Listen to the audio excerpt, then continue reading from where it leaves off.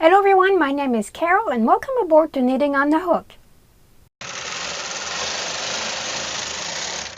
In this tutorial, I'm going to show you how to prepare your yarn before a project using a yarn winder. So let's get to it.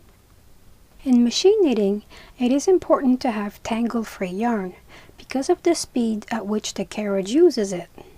So it is a good idea to rewind your yarn before you start projects, which is nice to have a yarn winder. Let me show you how to set it up. Just insert the cones right here. Place it between the discs, around the eyelet,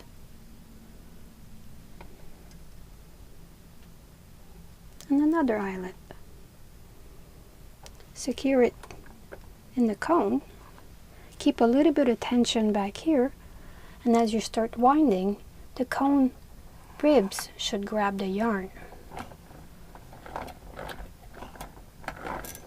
And once it does, you can let go of it and start winding.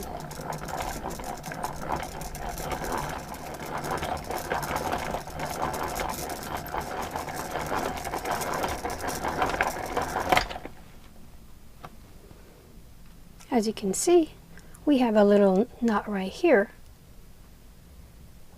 so we can untangle it and carry on.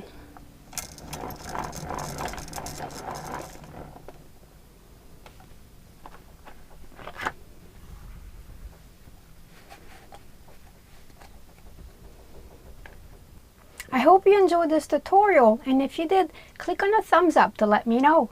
And if you would like to help me grow my channel and see more of these tutorials, click on the subscribe button. Thank you for watching Knitting on the Hook. Bye for now.